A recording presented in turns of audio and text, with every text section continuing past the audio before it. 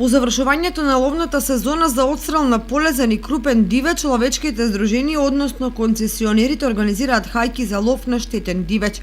Минатиот викенд, членовите на концесионерот Текстил од Скопје ја организираше првата хајка за отстрел на лисици. Оваа активност е во рамките на обврските пред стартот на пролета да се отстрелаат 4 примероци лисици заради контрола на здравствената состојба од аспект на појава на беснило. Од ловци учесници на хајката дознаваме дека е отстрелана само една лисица, што значи дека во наредниот период ќе се организираат дополнителни со цел да се обезбедат потребните 4 примероци. Концесионерот истата обврска ја има и наесен, кога исто така низ организирани хајки се отстрелуваат 4 примероци од овој итар дивеч заради контрола на појава на беснило и други заразни болести. Покрај овој хајки за отстрел на волци и лисици најавуваат и другите друштва во Кочанската котлина. Дури и во ловниот резерват Полаки ќе се организира хајка за да се отстрелаат или истерат волци кои овде го касапа трофејниот дивеч.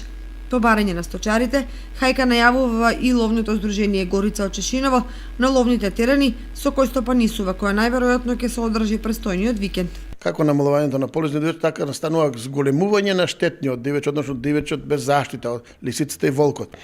Во консултација со моите ловци и со пребројување на теренот, излевање на теренот, лисицата е многу има голема експанзија, додека волкот ова година не се толку забележува на нашите терени. Јас мислам дека одраз на тоа е бидејќи сточниот фонд е многу намален и волкот се сели таму кај што има сточен фонд, бидејќи зимото му треба храна и на нашиот терен веќе намален, многу е намален сточниот фонд и за тоа го нема волкот како што беше пред наредните години. Додека лисицата веќе еден куриозитет е, ја нема на ловните терени горе во ридиштата, ја нема, лисицата е целата спаднена околу населените места и во населените места.